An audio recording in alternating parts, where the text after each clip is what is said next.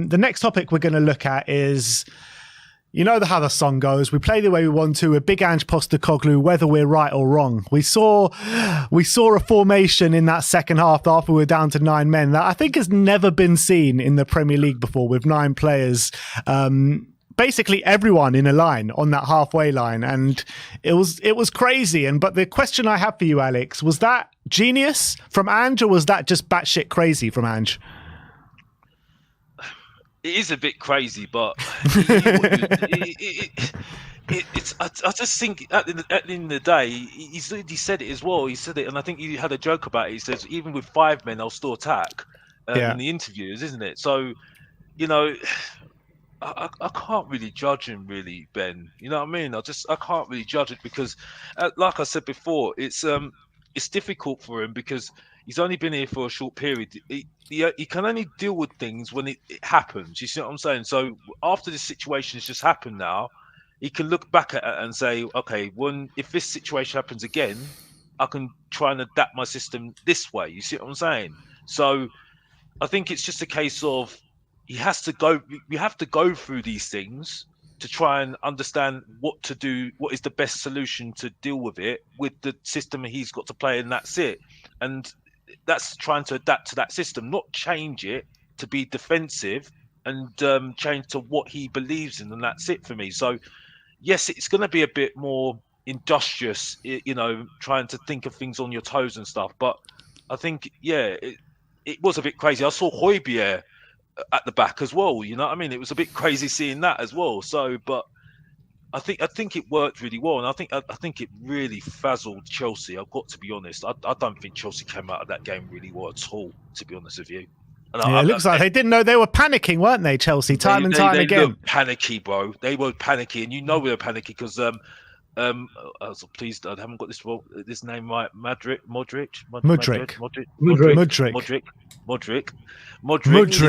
with a U, not an O. No, with a U. Mudryk.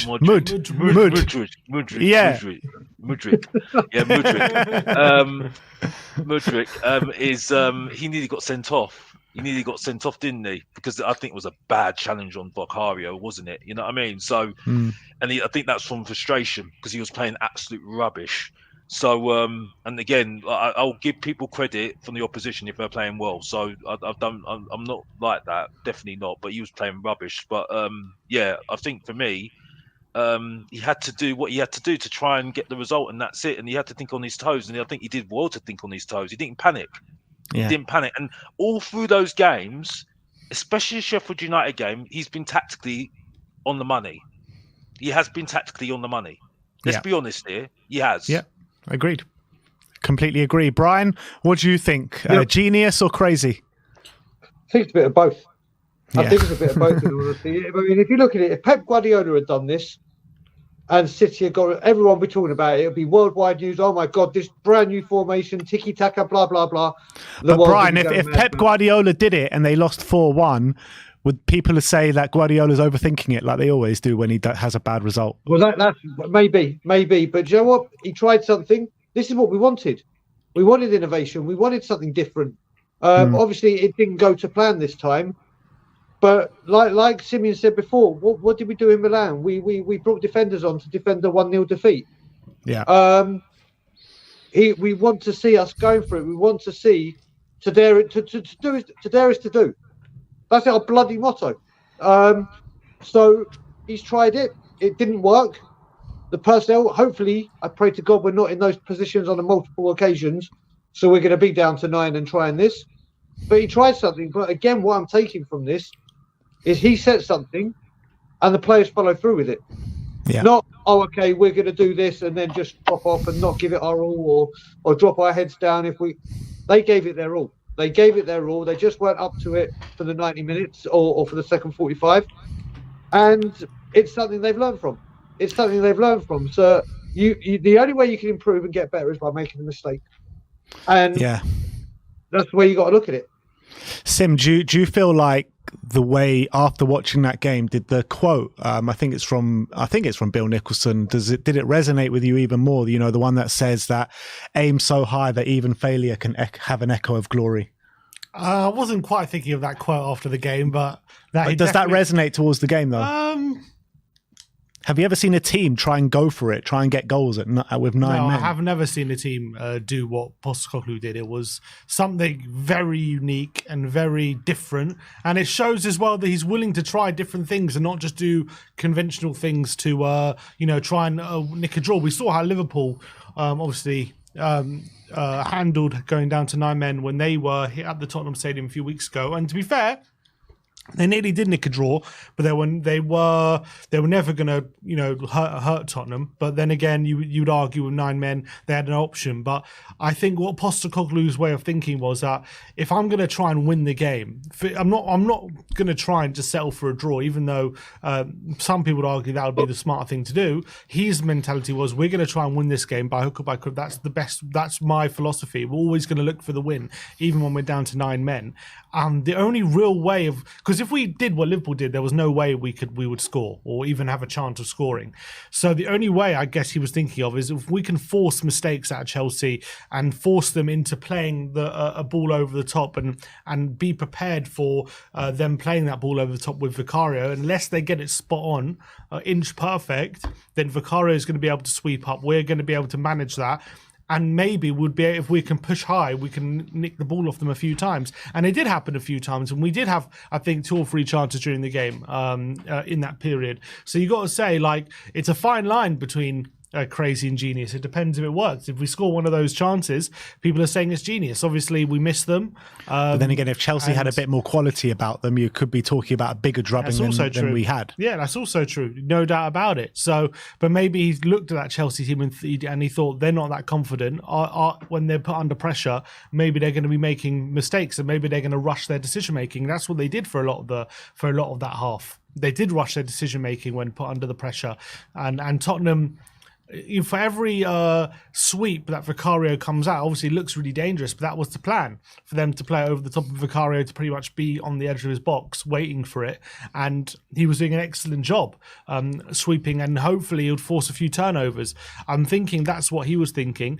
Obviously, if you go into that bit if you go into that part of the game after we go down to 9 men with the mentality of we're down to 9 men, we're going to just try and get a draw. Obviously, that's not the best way to go about that mentality. But if you're going in it with the mentality of we're down to 9 men, but we're still going to try and win this game, then I can't see a better way of trying to win it than probably what Postecoglou did. And obviously, the reality is, whatever people want to say, there aren't too many great options when you're down to 9 men.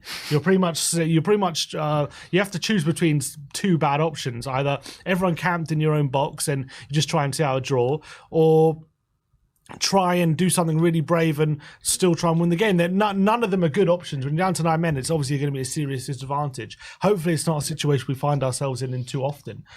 So he doesn't have to, think about what he's going to do if we're down to 9 men. But I just appreciated Postecoglou's braveness and willingness to try and take the game to Chelsea and make them think tactically. Even though we're down to 9 men, he didn't want to make things too easy for them, and he wanted to ask different questions of them. And yes, in the end, Chelsea came out on top and they won 4-1.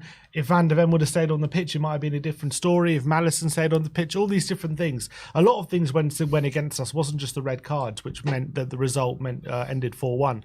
But I would say, in terms of the tactic, I would say it's more crazy than genius, in my opinion.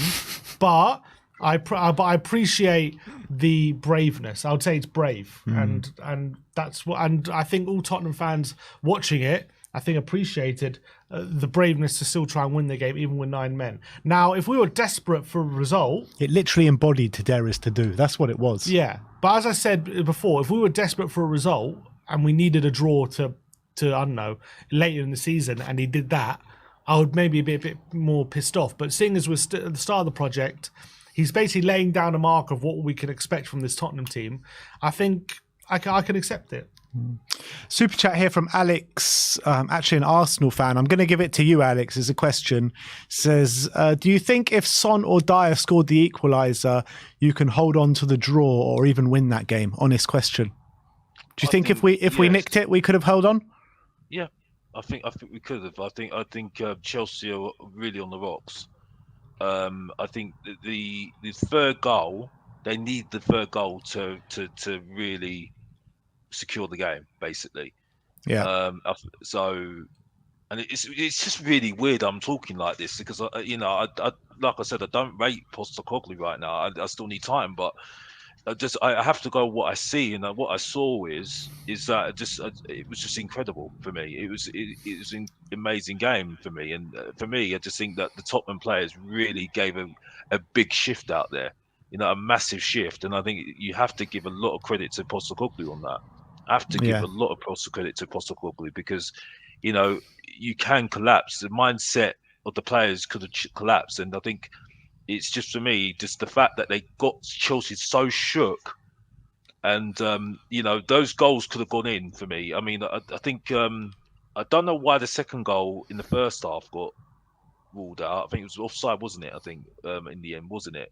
Whose goal was that? I think it was Son, wasn't it? The first goal. Yeah, just after we scored the first. Yeah, it was offside. Yeah, offside. And then Son had a chance right at the end of the end of the second half. And Dyer scored as well. And I need to see that again. Offside, yeah. Offside. But it's just the fact that, they were just so shaky after scoring that goal. I definitely think we could have equalised, and we could have definitely got got a draw at the game. Definitely. But yeah, it's unfortunate.